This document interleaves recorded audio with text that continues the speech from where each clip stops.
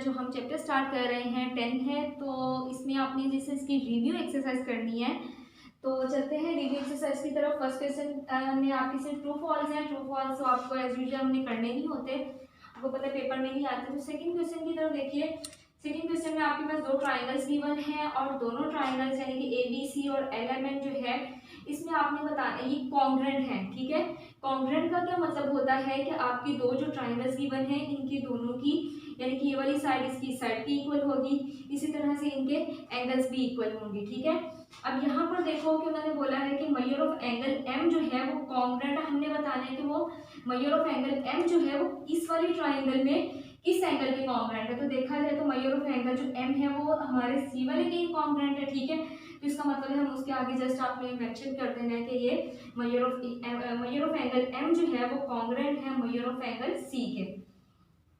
उसके बाद आते हैं N पे। मेजर ऑफ एंगल N जो है वो किसके कॉन्ग्रुएंट है, B के, तो वो हमने B लिख दिया।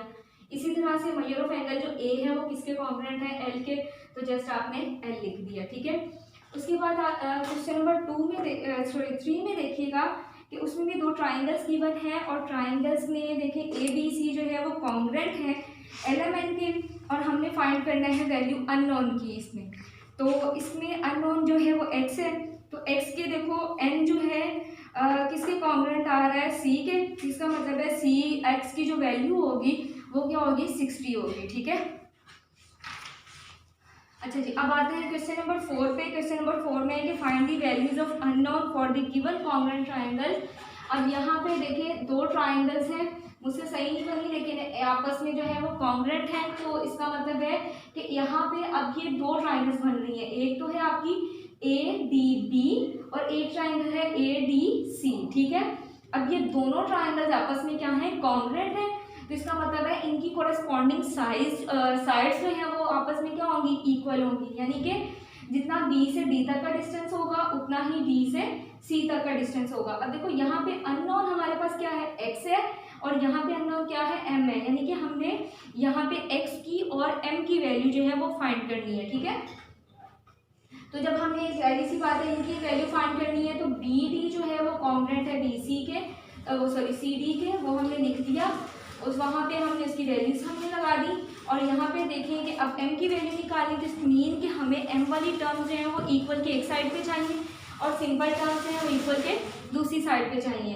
तो इसका मतलब है 5M यहाँ पे 2 वाली टर्म्स मैंने M वाली इधर ले आई और 3 को इस साइड पे शिफ्ट कर दिया। तो 5M - 2 3 आ गया और 6 + 3 क्या आ गया, 9। इनकी जब हमने कटिंग की तो M की वैल्यू क्या आ गई, 3।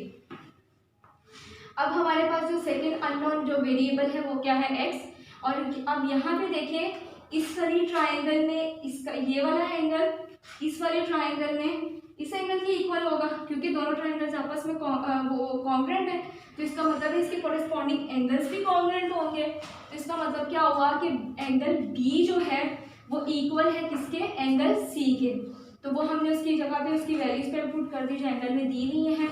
तो एंगल जब हमने पुट किया तो यहाँ से हमने x की वैल्यू निकालनी है, 5 इधर प्लस हो रहा है, इक्वल की दूसरी साइड पे जाके माइनस हो जाएगा, 50 आ गया। x की वैल्यू निकालनी है तो 5 के साथ मल्टीप्लाई हो रहा है, 5 को इधर आके हमने डिवाइड कर दिया इक्वल की दूसरी साइड, और x की वैल्यू आपके पास क्या आ गई, 10 आ गई, ठीक है। इसके बाद एक क्वेश्चन है क्वेश्चन नंबर 5। क्वेश्चन नंबर 5 में भी आपके पास दो ट्राइंगल्स गिवन है और आपने अननोन की जो है वो वैल्यू फाइंड करनी है, ठीक है।